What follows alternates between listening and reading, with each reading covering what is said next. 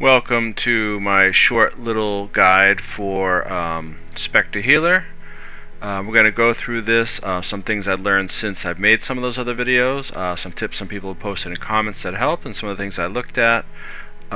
So let's first talk about, and what we're going to do too is I'm also going to show this build at the beginning, but then I'm going to show 3 different versions of me using this with Harriers and then Celestial and Plaguedoctor in the same run. I'm just going to run a convergence just to put this guide out there because someone was asking me about it. Alright, so let's jump into this right away, shall we? Okay, let's start with the build. Like I said, I'm running Harriers all across armor and trinkets. But I'm going to also try this with Celestial and with Plaguedoctors, just so you can see the difference in healing and damage, because this is already a great healer, which is why the first videos I just showed it with either Givers or Harriers. You can usually use Givers if you need more toughness, like if you're tanking, which I'll do a lot in raids. So this is going to show other ones how much more damage you can do and still be an effective healer, because the best healer is not only one that can give you all kinds of boons and healing, but also does more DPS to help the group out. Okay, that being said, again, I'm using Harriers at this point. Ignore the malign agony infusion. I just didn't feel like putting heal on there. Give me a little bit of extra damage, but use superior rune of the water. Okay, and trinkets over here are also Harriers, and we have the Relic of Caracosa, which at first I thought had a cooldown on, but does not. So you heal other allies when you successfully combo a field with a Blast Finisher. This is a Blast Finisher, and also Shadow Shroud. I know skill 3 is, skill 5 is, I believe skill 2 might be, I can't remember. But you have a lot of Blast Finishers, so that is kind of nice. And they don't even have to be your fields, it can be any fields, and when you're in a group like this, there are fields everywhere. That's also going to help with other boons you can get from Blast Finishers. So weapons, I'm using Specter and pistol. So Specter they're both going to be, again, matching what my armor set is. This time running all Harriers, and we all Celestials, all Plaguedoctors, etc. Okay, so superior sigil concentration plus 10% boon duration is helpful, and then on the pistol, superior sigil transference, healing to other allies is increased by 10%. So that is going to help a lot. One of the guides when I got this from, mostly my build is from, I think, Guildgen. No, I think actually I got it from Snowcrows. My bad. I got this from Snowcrows, and they recommend using. I don't, but you can use a pistol with superior sigil of paralyzation. So if you want to increase the CC, you just have your main pistol here and use this pistol as your off weapon set. I don't bother because you've got so much CC, which we'll talk about later. There's no point to it in my opinion. Okay, so now let's talk traits. So Shadow Arts, Trickery, and Specter Proficiency. So Shadow Arts, whenever you enter exit stealth, heal yourself. That's okay, that's minor. But here's the thing. Grant Barrier and Dark Aura to nearby allies when you use a healing skill. So Dark Aura, we're going to find out why that's important. And our healing skill is the Well of Gloom. Okay, and then we have gain super speed, enter exit stealth. That's just a bonus. Here we go. Dark Aura when you steal, granting yourself Dark Aura heals nearby allies. Okay, so every time you use a heal skill, heal nearby allies. These kind of, I think they're the same thing. Stealth attacks siphon health when they hit, and when you steal, create a field around yourself that grants allies protection, granting Dark Aura to yourself, removes a condition from nearby allies. So here's the important piece, because up until Dark Aura, you didn't really have a whole lot of Condi removal on this build, so now you have some. But you still have more removal with the Blast Finishers. Someone's dropping a Field of Light, you're constantly skill 2 and everything is going to set that off. But in addition to that, Dark Aura, minus 20% incoming condition damage. That's super important. So that's going to help mitigate that, because you can easily out heal and out barrier that stuff anyway. So that just made it even more powerful the last update. Thank you, Thief. Finally got some love So I'm pretty ecstatic about that. So let's go down to Trickery. Stealing gives you initiative, and Thrill of the Crime. When you steal, this is important. You're going to get you're going to get boons in addition. Remember Dark Aura. This build kind of now is a little bit more centered on Dark Aura, kind of like the Mesmer build I did. The Ambush Mirage before was centered around that Chaos Armor. So I kind of like that with this as well. So you're going to want to steal often, and pretty much when it comes off cooldown. Preparedness, of course, more initiative, expertise. That kind of helps when you're spamming. Mostly I spam Scepter 2. You can use 5 and 2 for some blind and combo finisher, but I'm not worried about that. So here we go, Bountiful Theft. Stealing also gives us vigor and a little bit more might. So you're getting tons of boons with stealing. That's why you want this to be off. Lead attacks, increases damage, not a big deal. So Snow Crows does this because they wanted this one, but I already get enough initiative. And I chose Sleight of Hand not because I need another daze. I almost didn't, but when you're looking at the trait, again, you're stealing recharge and reduce, which gives me every 11, basically every 12 seconds, I'm getting a Dark Aura, so I can have a Dark Aura just from steal itself up on me a third of the time that we're fighting. And then given what we do down here also helps. So here we go. This just talks about the Shroud. Remember, you can target an ally, and usually it only applies to one, but if you have one ally that's off group tanking or kiting stuff, and as long as they're within like the 1200 or 1500 unit range, they will still get the benefit of what you're doing in Shroud, so they still get Alacrity and protection and all that stuff. And so let's look at Second Opinion. Okay, portion of condition damage converted to healing power. Why is this important? Because we're a healer, and you're also getting more condition damage, thus more healing power. Rotwallow Venom. Outgoing healing to allies increased by 20% more. So this makes us very effective. Heal allies in the ground when you shadow step. So that includes not only this well, but this well, and this well, and this well. Or if you wanted to use shadow step. When you shadow step near them, they gain some healing. So that is kind of cool. And wells grant resistance. Why is resistance important? Resistance, it makes non-damaging conditions currently on you are ineffective. So, for example, you have this up, someone tries to use Immobilize on you, it doesn't even affect you at all. You still run on free. I believe it works the same with Chill and anything else that does not damage you, in Cripple and all that stuff. So that's kind of really useful. And so you can have, basically, the way this is set up, you have basically unlimited boons that really don't go away unless they're stripped. They're easier to maintain. Okay, gain barrier when you strike foes with a stealth attack.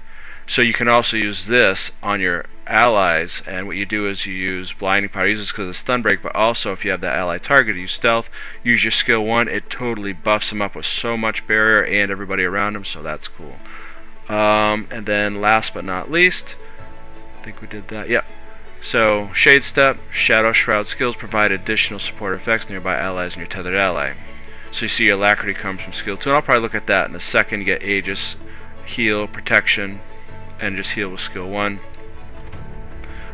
So then let's just look at that real quick while I'm thinking of it. Let's go over to weapon skills. Okay, Shroud. Okay? Torment and healing, right? Now you see we have Alacrity, so skill 2 is where your Alacrity comes from. You get 10 seconds, man, so you really spam that just twice is all you really need per Shroud rotation, but I tend to sit there a bit longer just to wait for other stuff to come off a cooldown. Dawn's Repose, so this gives you barrier. It's also a blast finisher, and this is also 2 is a blast finisher, 3 is a finisher leap, blast finisher. You get protection, 10 seconds again, so you can maintain that. This is a really good healing skill 4. Skill 5 is a stun, a finisher blast. You've got Aegis for 8 seconds, and then stability for 8 seconds. So really, this build is just amazing. I really want to use it as much as I can because I'm sure it'll probably get nerfed at some point. Okay, so now let's talk about, okay, so use steal off a siphon, Here's your F2, here's your initiative. And you're going to want to do, so skill 1, you can use this also just to target one of your allies, give them smaller levels of Barrier and Rottweiler Venom. This is what I use the most because this gives you Barrier, Might, and Protection, and so you're really doubling up on your protection. So you could not even worry about skill 3, but watch after 5, and this is really all I use it for, and look at that. Now I'm up to max Might, 30 seconds of protection. I do use this a lot, so these are the skills I use the most. I will sometimes, if I'm feeling cheeky, do this, so if you watch this, you can do this. If you need to stealth yourself, I mean, look at the stealth we've got. Gave me easily, if I was fully initiative, want to do other stuff, you get up to 10 seconds more stealth, because this also does the same thing with your blinding powder. So we'll look at that in a second. So that's where that's kind of cool. And then you have your wells, which we talked about, self-heal and cripple, and we have Well of Bounty. This is where most of your boons come from. This is a heal with but they all give resistance. And don't forget, these, when you need to generate Shadow Shroud, most of what you get is when you're in combat, you drop your well Shadow Stepping on allies. That's going to just jack your bar right up. So sometimes, even if I don't need to use like either these days skills, but I'm low on Shadow Shroud, I'll pop these anyway, because Shadow Shroud is what drives this build. Okay, so this is a stun in addition to, because it says Shadow Force 1%. This is a stun in addition to, again, resistance and gaining Shadow Shroud. This is a stun break, and you can sub this out too. And I learned from someone in my comments, I don't think with basically anything you can do with a lot of these skills. I just leave it as is because I'm lazy. But Smokescreen is great for stuff with missiles like on Greer, and also for doing stealth smoke stuff. So that's kind of cool as well. I have subbed that out. So, and here's the last one, great CC, and also generates Shadow Shroud and resistance. But again, you can change this out for any one of these skills that you need. Okay, so now let's go in and run this build on the Convergence. That's what we're going to do because it'll be easy. Normal mode, so I can swap out of going from Harriers to Celestial to Plaguedoctors. That's how I'm going to run it. Well, wouldn't you know, Greer popped up anyway, so I'm going to change my skill real quick to block projectiles, a smoke screen. So let's go start. So remember, I'm starting on Harriers. We're going to look at the damage, and I think it came out to about, I don't know, like 4k max, but it didn't affect the healing at all. Of course, this is more of the strong heal. Anyways, but you can see I start with Scepter 2 and Wells. Wells are always off cooldown, Scepter 2 when I can. You have to do more changes if you want to block projectiles in this, so I did a little bit, but it didn't affect boons. You can see I have it set up in grid, which is hard to follow because I didn't do any subs on this. It's just a rando public group, and I chose this just it's easier to see the 4 phases because I added givers in at the end.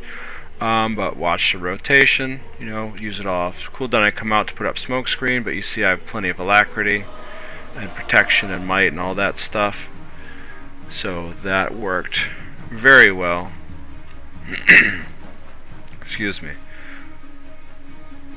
And as is my wont, I try to stay to the side and behind the boss. I came out of Shroud so I can put up smoke screen if needed, but I got other peeps that know the drill, so we have reflex and projectile destruction already on point. But for the sake of the video and showing how to do stuff, I do try to pop out and use smoke screen as needed.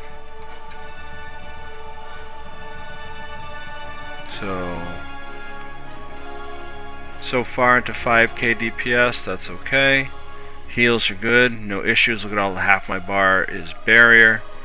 So I'm keeping up with that, and of course boons are still good. So, which I knew, that's what I did the other videos in, was in Harriers, and it goes just fine. But I think my max DPS was around 5k in Harriers. Right now we're doing CC, which this build is loaded with, which is nice. That's why I'm not going to spend too much time in stealth, because Shroud rather, so I can come out and use my headshot pistol 4 CC. And of course the ones we get Shroud 3 and 5, and of course steal off cooldown. And even though I changed that trait to lower steel versus more initiative, I didn't really suffer from it. So now I'm going to change to celestial. So the highest that I got on Harriers was about 5.5k ish. Okay, so now celestials. Let's see what this does with healing and boon uptime and damage.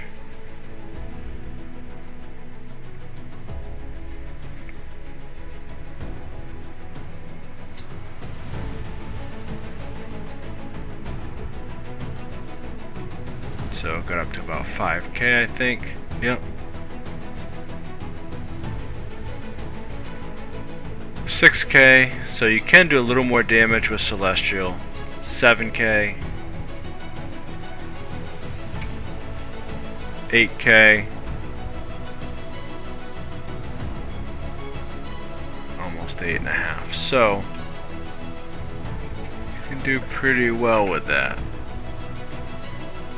So almost doubles, maybe 75% more what you would doing in Harriers. So that's another option if you want to add a little more DPS. And as you can see, it didn't affect boons, didn't affect healing.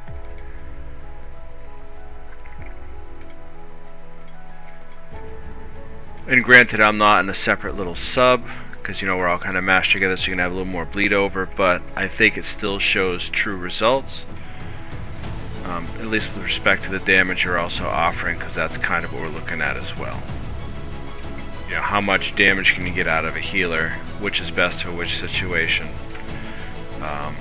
I usually don't worry about maximizing my damage on a healer unless I'm trying to do something, trying to prove something, or if I'm in a group that is trying to speedrun something. Maybe for a CM I'd probably do it because that makes a difference. This is normal mode, so it doesn't matter. Again, these builds you can use, as you've seen, you can use them in raids, fractals, open world content, strikes, all of that's really good. And I gotta get out of that goop. There we go.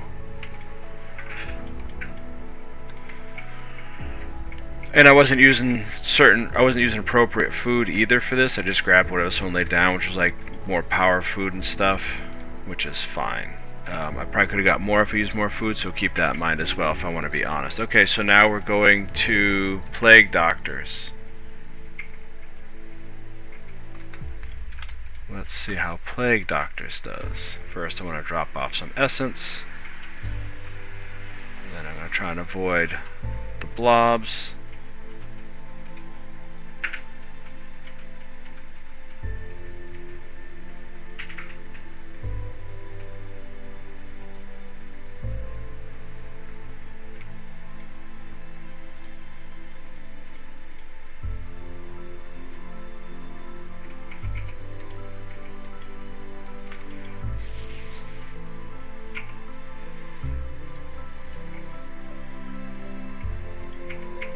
Good thing about this build too is you get plenty of stability between your Golden Well skill 7 on my bar and your Shadow Shroud 5. That's always useful. And on these bosses, if you really try, you can line it up so every time they proc that knockback or whatever they're doing that CCs you, you can have it line up for the most part, because of course you generate your own Alacrity anyway. So your skills are always on a quick cooldown. One thing about Greer though is it has some of those skills that will boon rip a little bit or corrupt the boons, so that can be a challenge, but even on this build you're not away from it for too long because your Shroud has a short cooldown and you're back into it and you just skill 2, and 2 bursts of that you're at 20 seconds Alacrity, which even that much would be enough to sustain you through a full rotation outside of Shroud right after that.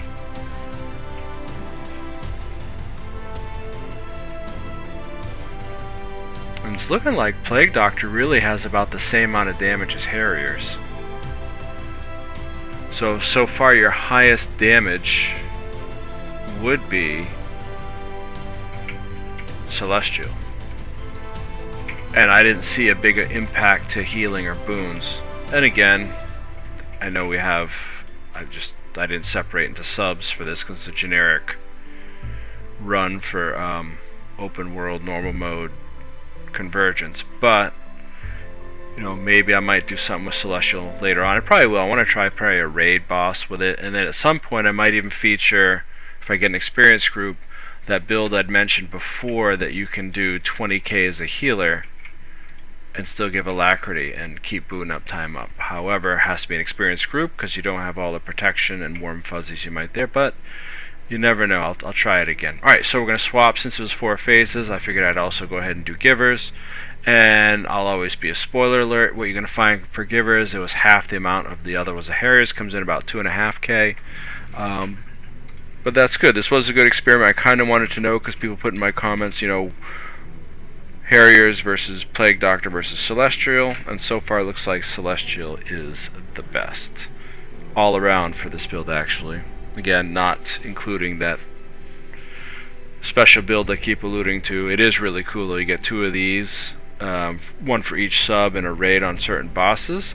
So your lowest damage out of all 10 people in your squad is 20k or your 2 Specters for healers, and everybody else is just well above that, and you can melt stuff so fast. I think I mentioned this one time we did that with Adina Wing 7, and we phased her. She got far enough to pop the pillars where you had to start to go stand behind him, and she phased right there, so that was kind of awesome.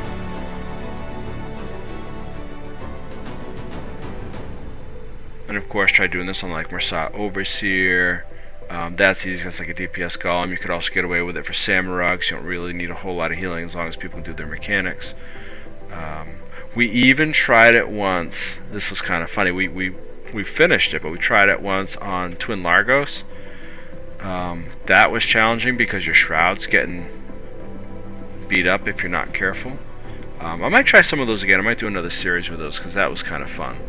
That was way back when I used to teach raids for my guild. We could fool around stuff like that without, you know, people getting mad. But I kind of traded up from that to work on some world versus world stuff. But maybe I'll get back to that sometime. Who knows?